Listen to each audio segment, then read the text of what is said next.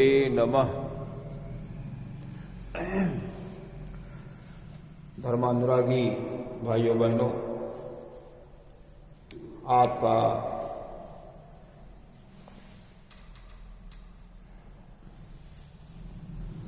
इस कार्यक्रम में हार्दिक स्वागत एवं अभिनंदन है।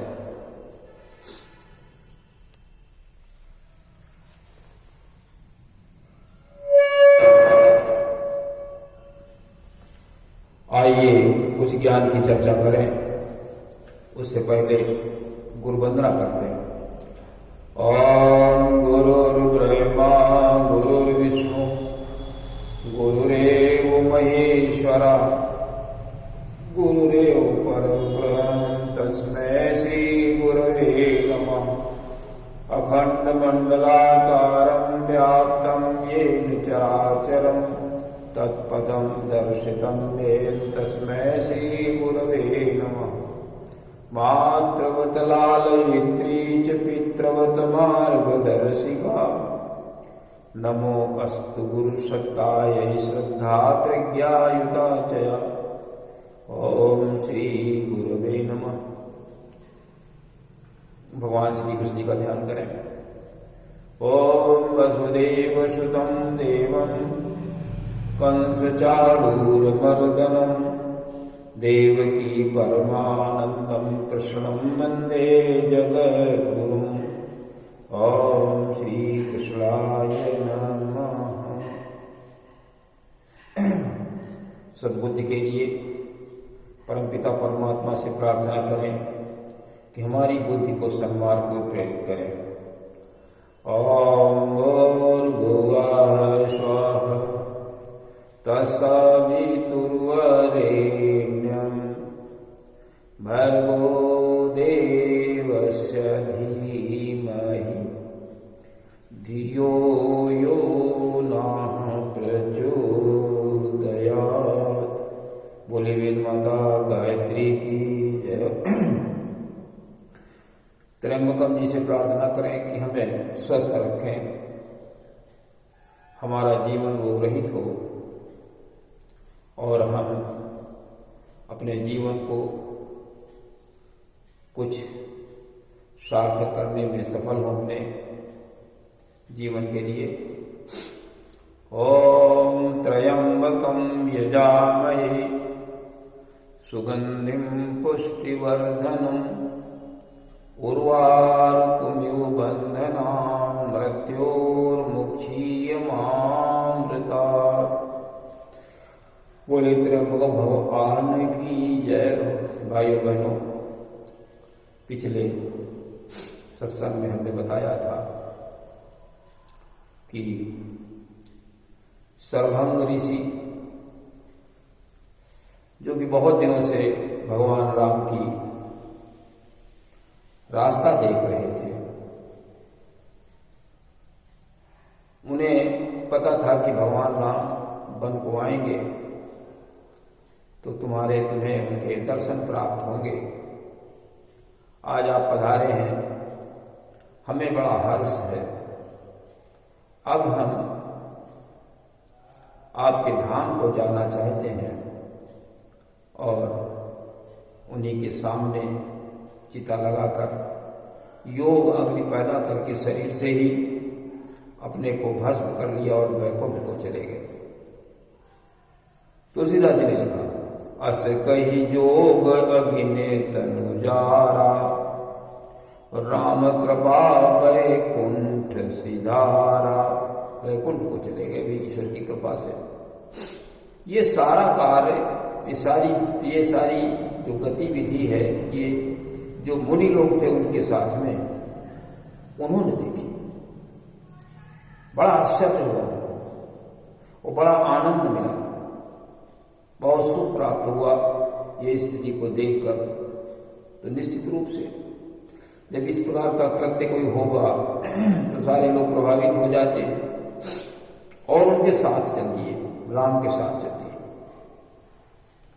आगे जा रहे थे तो देखा एक अस्थियों का एक बहुत बड़ा पहाड़ बना हुआ है, लगा हुआ है।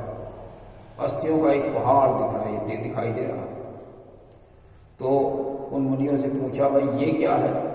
भगवान राम ने, उन्होंने कहा, आप सब कुछ जानते हैं, अंतर्यामी हैं, फिर भी आप पूछ रहे हैं। चलो हम बताते हैं। ये जो पहाड़ दिख रहा अस्थियों का, तो यहाँ राक्षसों ने, राक्षस के समूह ने, बहुत से राक्षस थे, राक्षस के दल ने, जितने मुनि यहाँ रहते थे, ऋषि रहते थे, उनको सब खा डाला।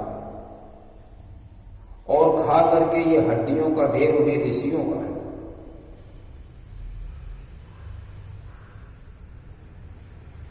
भगवान राम बड़े आश्चर्य में पड़ गए, बड़ा दुख हुआ। किसी जीवित व्यक्ति को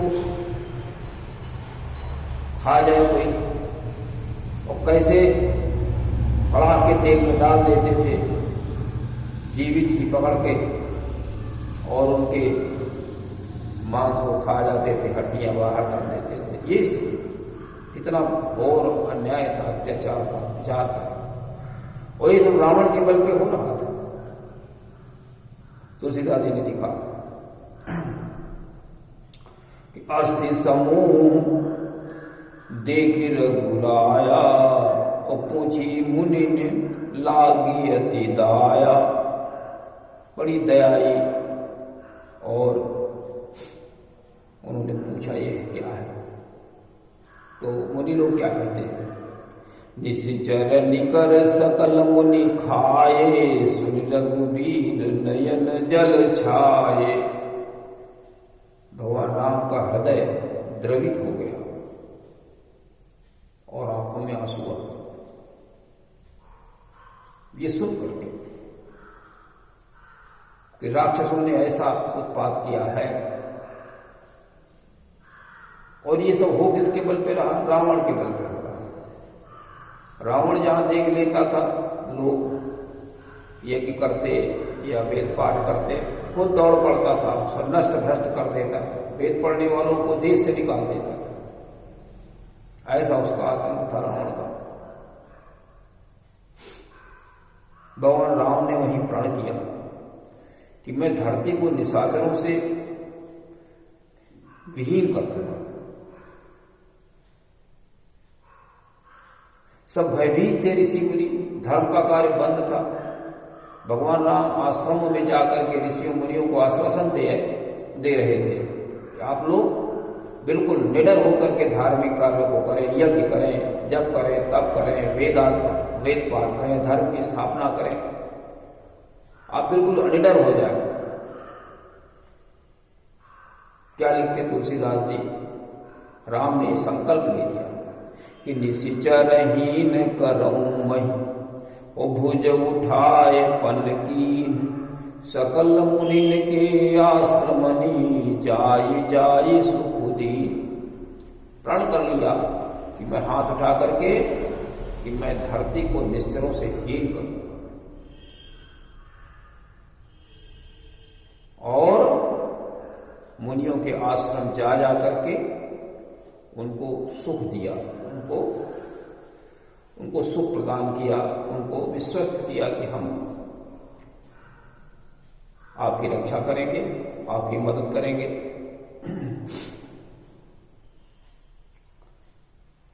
इस प्रकार से भगवान राम आगे बढ़ रहे थे।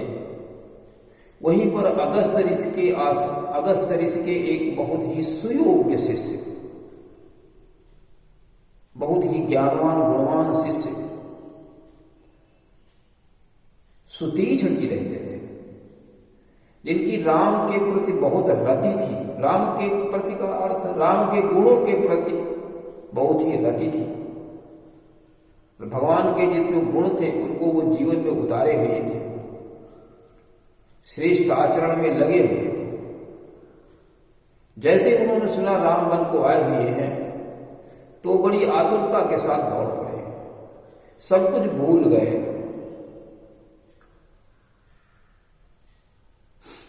कभी आगे जाते, कभी पीछे जाते, इधर उधर देखते, कहीं राम दिखाई पड़ रहे हैं, सब कुछ भूल गए। जब राम को उन्होंने देखा तो भगवान के चरणों पर गिर पड़े भगवान राम ने उनको गले से लगाया। क्या लिखते हैं तुलसीदास जी? मुनि अगस्त्य कर शिष्य सुजाना, नाम सुती क्षण रति भगवाना। भगवान के प्रति उनकी बड़ी रति थी, रति भगवान के गुणों के प्रति रति थी, क्योंकि भगवान गुणों के धाम होते हैं, गुण का समुच्चय होते हैं, गुणों का पुंज होते हैं। तो बड़ी रति थी। जैसे ही राम के चरणों में सुतीक्ष गिरे, राम ने उनको हृदय से लगा लिया, उठा करके लगा दिया। सुतीक्ष जी राम जी को अपने आश्रम में ले आए, उनकी पूजा अर्चा की, उनका बड़ा स्वागत सत्कार किया। क्या लिखते हैं तुलसीदास जी? तब मुनि हृदय धीर धरी, और गही पद बारहि बार, निज आश्रम प्रभु आन करी, पूजा विविधि प्रकार। अनेकों प्रकार से भगवान राम की पूजा की, अपने आश्रम को ले आए, बार बार उनके पद की वंदना की। पद की वंदना क्यों करते हैं? क्योंकि भगवान बहुत ज्ञानवान गुणवान है। ऐसा संकल्प ले लिया जो बहुत ही कठिन है, असाधारण संकल्प ले लिया, निश्चलहीन करो मैं भुज उठाए फड़ की। और भगवान का जन्म भी इसीलिए हुआ, असुरता को समाप्त कर देवत्व की स्थापना करना, वेदों की रक्षा करना और उनको जन जन तक पहुंचाना, ये भगवान का के जन्म का हेतु है। असुर मारी था वही सुरन, और राखहि निज श्रुति सीत, वो जग विस्तार ही विशद जसु, राम जन्म कर हेतु। ये राम के जन्म का हेतु है। तो इस प्रकार से सुतीक्ष जी ने भगवान का बड़ा सत्कार किया और उनकी स्तुति करने लगे। गजब की स्तुति की, स्तुति बहुत बड़ी की, लेकिन छोटा सा उसका हमें लेते हैं, 2 लाइन ले सुनाते हैं आपको कि अतुलित भुज प्रताप बल धाम, कलिमल विपुल विभंजन राम, धर्मवर नर्मद गुण ग्राम, ओ संतत संतनु तुम राम। अतुलित भुज प्रताप बल धामा, भगवान राम की भुजाओं में अतुलित बल और प्रताप है। इसकी तुलना नहीं किसी से की जाए, कितना बल है और उनका प्रताप कितना बड़ा है। अतुलित बल अतुलित भुज प्रताप बल धाम, बल के धाम है।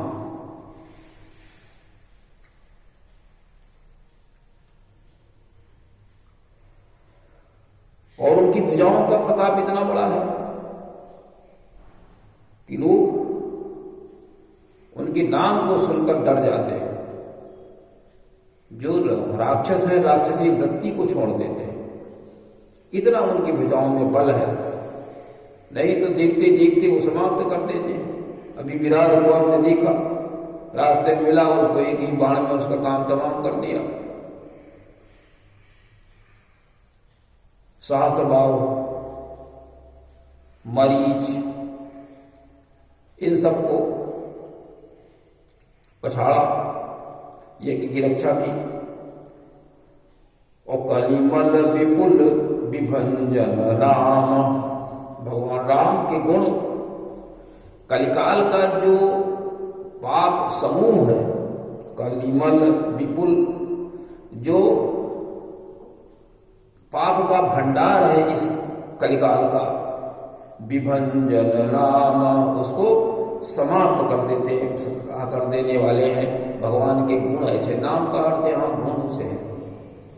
कोई नाम से नहीं समाप्त कर पाता, नाम का अर्थ है उस व्यक्ति से और फिर उसके गुणों से।